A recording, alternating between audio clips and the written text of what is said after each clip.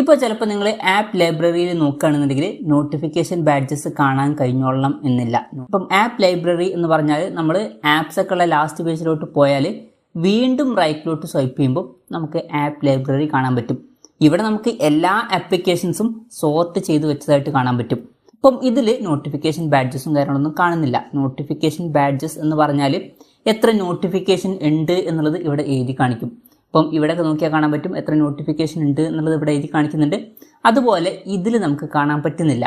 ഇപ്പം ആപ്പ് ലൈബ്രറിയിൽ notification badges ഇല്ല എന്നുണ്ടെങ്കിൽ അത് നമുക്ക് ഓൺ ചെയ്ത് വെക്കാവുന്നതാണ്. ഈ ഒരു വീഡിയോയിൽ നമ്മൾ നോക്കാൻ പോകുന്നത് ആപ്പ് ലൈബ്രറിയിൽ നോട്ടിഫിക്കേഷൻ ബാഡ്ജസ് എങ്ങനെ എനേബിൾ ചെയ്യാം എന്നുള്ളതിനെ കുറിച്ചിട്ടാണ്.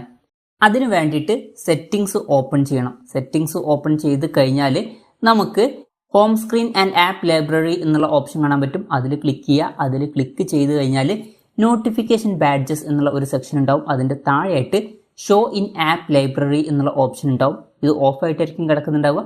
ജസ്റ്റ് അതൊന്ന് ഓണാക്കി കൊടുക്കുക. ഓണാക്കിയതിന് ശേഷം നമ്മൾ വീണ്ടും ഈ ഒരു ആപ്പ് ലൈബ്രറിയിലോട്ട് പോവുകയാണെന്നുണ്ടെങ്കിൽ നമുക്ക് ഇവിടെ നോട്ടിഫിക്കേഷൻ ബാഡ്ജസ് കാണാൻ പറ്റും. ഇപ്പം ചില ആപ്പുകളുടെ അടുത്തായിട്ട് എത്ര നോട്ടിഫിക്കേഷൻ ഉണ്ട് എന്നുള്ള കാര്യമൊക്കെ എഴുതിയിട്ടുണ്ട്. അപ്പോൾ ഇങ്ങനെ ആപ്പ് ലൈബ്രറിയിൽ നോട്ടിഫിക്കേഷൻ ബാഡ്ജസ് ഇല്ലെങ്കിൽ അത് ഓണാക്കി വെക്കാവുന്നതാണ്. ഈ ഒരു വീഡിയോ നിങ്ങൾക്ക് യൂസ്ഫുൾ ആയി എന്ന് വിചാരിക്കുന്നു. എന്തായാലും ഈ ഒരു വീഡിയോ പറ്റിയിട്ടുള്ള നിങ്ങളുടെ ജെന്യൂൻ ആയിട്ടുള്ള അഭിപ്രായം ജസ്റ്റ് ഒന്ന് കമൻറ്റ് ചെയ്യുക. അതുപോലെ തന്നെ ഇതുപോലുള്ള വീഡിയോസ് ഇനിയും കാണാൻ താല്പര്യമുണ്ടെന്നുണ്ടെങ്കിൽ ഈ ചാനൽ സബ്സ്ക്രൈബ് ചെയ്യാവുന്നതാണ്.